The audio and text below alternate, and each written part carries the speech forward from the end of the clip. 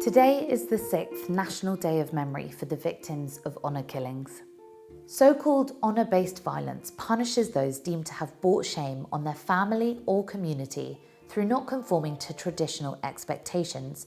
This can include emotional abuse, physical abuse, forced marriage, and in some cases, even murder.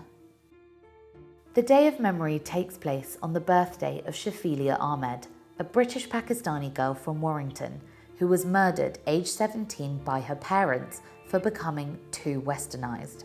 Her parents denied her murder, but when another of their daughters came forward, they were finally found guilty and sentenced to 25 years. If there is one thing that we pray will come from this, it is that her beautiful face and tragic story will inspire others to seek help that make them realise that this kind of vile treatment, no matter what culture or background they are from, is not acceptable and there is a way out. The Home Office estimates that up to 8,000 people are at risk of forced marriage every year in the UK. But in 2018 to 2019, there were only 4 cases of forced marriage charged, and of these, only 3 were convicted.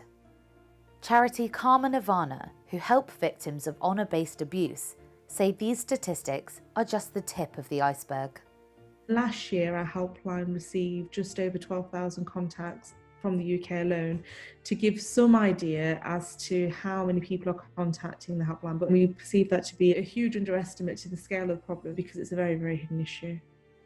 It can be physical, it can include violence, but it can also include very subtle emotional pressures and conditioning, where a person is not allowed to make choices with respect to their own life, have their own freedoms, and where a person is conditioned and brought up to believe this is a norm. They may not recognise that they're being abused because they're so controlled.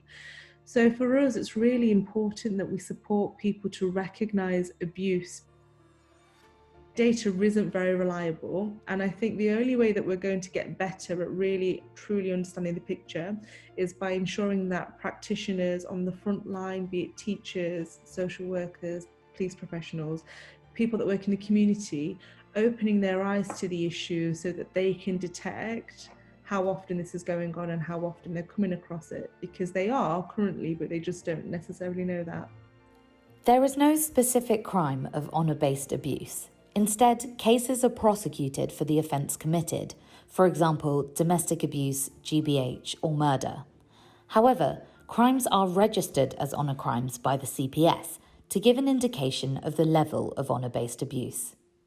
Jaswant Narwal, Crown Prosecution Service lead for so-called honour-based abuse, said these are among the most complex cases that the CPS prosecutes. There are serious issues with underreporting. They often involve vulnerable victims and happen within familial settings and tight-knit communities. We work closely with our police colleagues to secure justice for victims for these horrific crimes and have a joint protocol to make sure teams are using best practice and victims feel supported and protected. Recently, a landmark domestic abuse bill has been passed in the UK, providing support and protection to victims.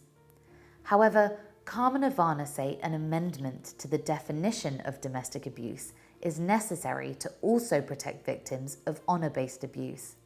We're part of a group of organisations in the sector that are asking for various amendments to the domestic abuse bill. It's for the domestic abuse bill to recognise extended family and community as potential perpetrators, because as it stands, it recognises immediate family, but it wouldn't recognise an extended family member if it was a mother-in-law, for example, or a sister-in-law. The definition doesn't capture the range of potential perpetrators of honour-based abuse, so that's one of our asks from the government. With this type of abuse often being so hidden, this charity are on a mission to shine a spotlight on the issue, take it out of the shadows, and enable more victims to come forward. They can live a life on their own terms through making their own choices. They're not confined or trapped to these abusive and hostile environments that they are currently in. So it's got to be about making sure that as many people understand the issues, recognise it, and know where to get help.